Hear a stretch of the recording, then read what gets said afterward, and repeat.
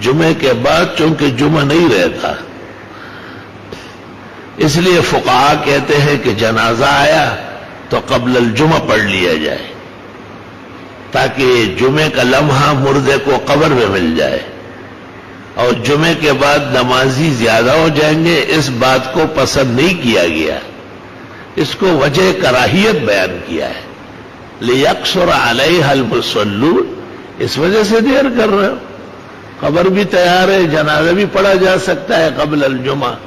اور آپ کہتے ہیں کہ بعد میں نمازی بڑھ جائیں گے۔ یہ نمازی بڑھنے کی جو خواہش ہے یہ شریعت کے خلاف ہے، شریعت یہ نہیں کہہ رہے، شریعت کہتی ہے کہ مردے مسلمان کو جمعے کا لمحہ قبر میں آ جائے، قیامت تک عذاب اڑ جائے گا۔ اگر جمعے سے پہلے 10 نمازی ملے جنازہ پڑھنے کے لیے